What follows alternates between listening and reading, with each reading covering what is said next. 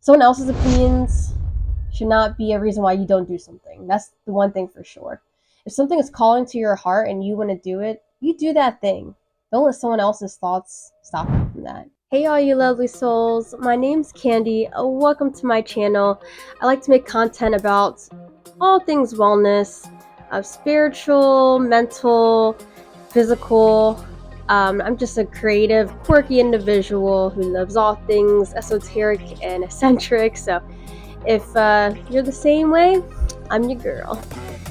So today's topic is going to be about fear and doubt. So what is fear and doubt? Where does it really come from, right? Fear and doubt, of course, as human beings, we all have the capacity of feeling fear and doubt. We'll feel fear. Oh gosh. Oh gosh. We'll feel fear and doubt all throughout our lifetimes. And as we go through certain kinds of personal development, we might feel it less compared to early stages of our life. But fear and doubt, as I look it up on Google, literally, it is a physiological response. So fear and doubt usually stems from past experiences, which are we develop fear and doubt basically. But the thing is with fear and doubt being based on our past experiences is that it might not actually be as helpful for us as we would perceive it to be, or as much as our brain thinks it would be. We have to actually weigh out the possibilities if what we're afraid or doubtful about is actually as similar as to what we were afraid of in the past. So honestly, if you are afraid or doubtful of doing something, that's probably a good sign that you should do that thing. And I don't mean to literally put yourself in harm's way, do something that will directly hurt you. I mean, if we think about it, people who do skydiving, zip lining, rock climbing, I mean, technically that could put them in physical. Right. But usually there's precautions taken for even doing those kind of things where it won't actually directly put you in harm's way if you stick to the guidelines of that and do it properly. I mean, hell, I actually went ziplining once, and I wouldn't normally would not be someone to do that. I'm typically afraid of heights. I'm still actually afraid of heights, but less than before. I think actually doing that experience, I think, helped me overcome a bit of my fear of heights and helped me realize, like, wow, like I can survive being this high up. And it was actually beautiful seeing all the nature that was below me, and it was a pretty cool experience. Would I do it again? To be honest, I'm still not much of a ziplining person, but I did feel proud of myself after overcoming that. But I know not everyone watching this video is going to want to be ziplining or skydiving, and that's honestly more of like an extreme sense of conquering fear and doubt. So, for the sake of this video, we're going to discuss fear and doubt in terms of our everyday stressors and everyday uh, challenges that we go through. So, with fear and doubt being this defense mechanism, it's a state of stress that you're in as well mentally, right? But it's like your body doesn't want to go where you could be pushed out of your comfort zone. You want to stay comfortable. And the thing is, if you're too comfortable, sometimes you don't actually grow as a person. Just like if you think about in life when we go through challenges and struggles, and once we get through those struggles, like you get through heartbreak, or maybe you get through the death of a family member, you heal from that, the death of a pet, you go through some kind of struggle. If you really think back on your life, all the things that you went through, like you're a strong person. You're here now, and you went through those things. If we're fearful or doubtful of doing something, and if we actually overcome the thing that we're fearful and doubtful of, we literally become more of a confident person, or we become a stronger person. And honestly, we probably gain some kind of skill set or capability that otherwise we would not have gotten if we didn't overcome that fear or doubt. So, like a simple example that we could have for this would be literally all throughout high school, right? Like a lot of us, when we were younger, we were afraid to ask someone out. We were afraid to tell someone we have a crush on them, tell them our feelings, right? That's something we would have a lot of anxiety over. That, or like maybe you had a certain skill set. Maybe you were good at playing guitar, you were good at singing, but maybe you had some insecurity over that due to like some past experience of maybe, who knows, like if you were judged from your own parents or something. Like those are very specific examples, but it's like they're relatable examples, right?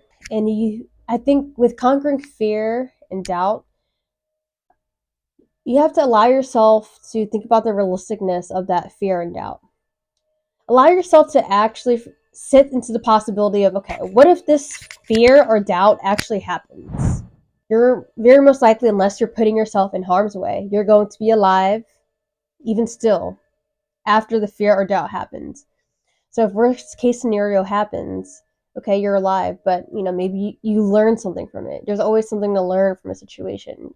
You learned something from it, you grew stronger from it, and it wasn't the end of the world, right? A lot of our fear and doubts become overinflated due to our fears in our brain. And like we can worry about like someone, like what they'll think about us, like, oh, how, like, honestly, like I was afraid to make this YouTube video. I was afraid, like, okay, just in general, starting my YouTube and getting that up and running again. I was afraid, like, okay, like, what am I gonna look like? What am I gonna sound like? I don't know if I'm ready yet to do that. Like, I don't know. Maybe people think I'm stupid or whatever. And the thing is, if I know a lot of fears and doubts would end up having to do with other people. And if your fears and doubts had to do with what other people think, that needs to be erased from the reason why you'd be afraid or doubtful of it in the first place.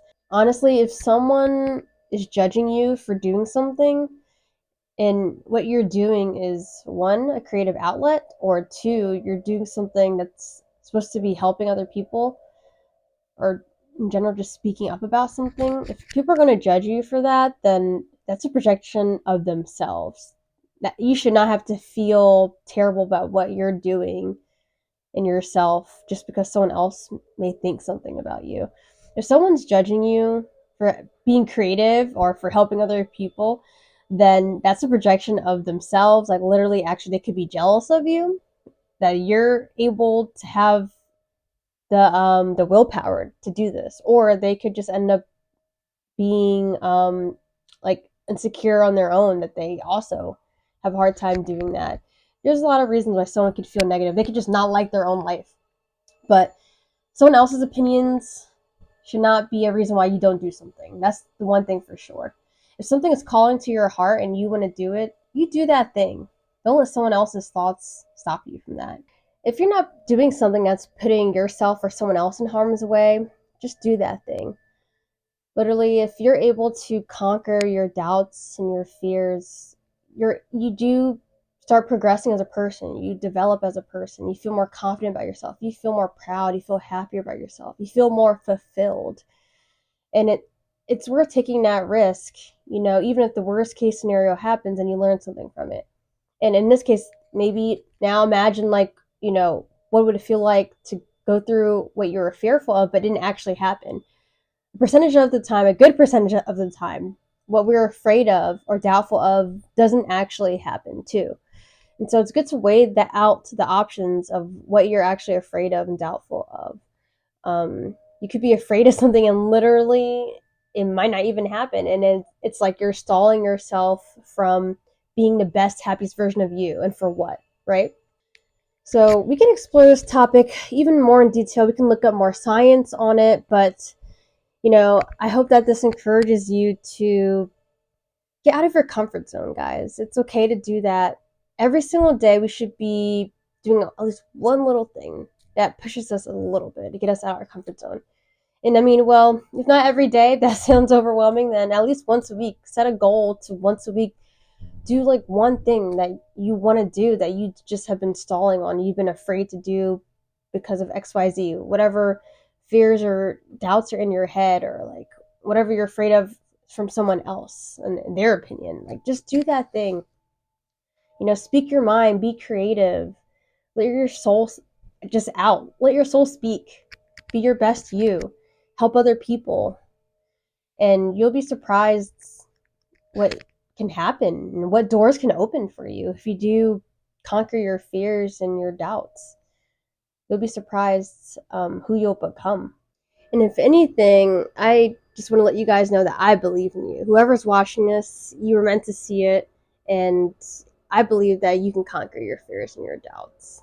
I know you can, because if I can do it, and I've been very introverted a lot of my life, well, I believe I'm an extroverted introvert, but I've been afraid to do a lot of things, okay? And I was able to accomplish those things, so I know that you can too. My cat is saying hi, by the way. So if you like this video and you enjoyed this topic, please let me know down in the comments. Feel free to let me know if there's any experiences that you went through that's, you wish you did take that extra step, or maybe, there's something that you did take an extra step and you got out of your comfort zone and it worked out, and then you realize, oh, I was afraid for nothing. So let me know in the comments. I would love to make this a safe space for everyone watching this video. I truly want to goodness, I can't speak today. I truly want to create a community where people can feel safe to be themselves and to be vulnerable. And that's something that every single day I'm continuing to grow and learn on for myself. So we can all do that together. And I want to be a safe space for all of you. But yeah, let me know down in the comments if you want this topic to continue, if you want to talk about more about fear and doubt, if you want to know more about the physiology of fear and doubt. I can do another video on it, do a part 2 or part 3, or however long we need to have this discussion for. If you have any questions for me, feel free to let me know. Let me know any feedback. If you have any topics you'd like me to discuss, any esoteric or deep spiritual, existential topics, let me know also. I would love to dive deep with you guys.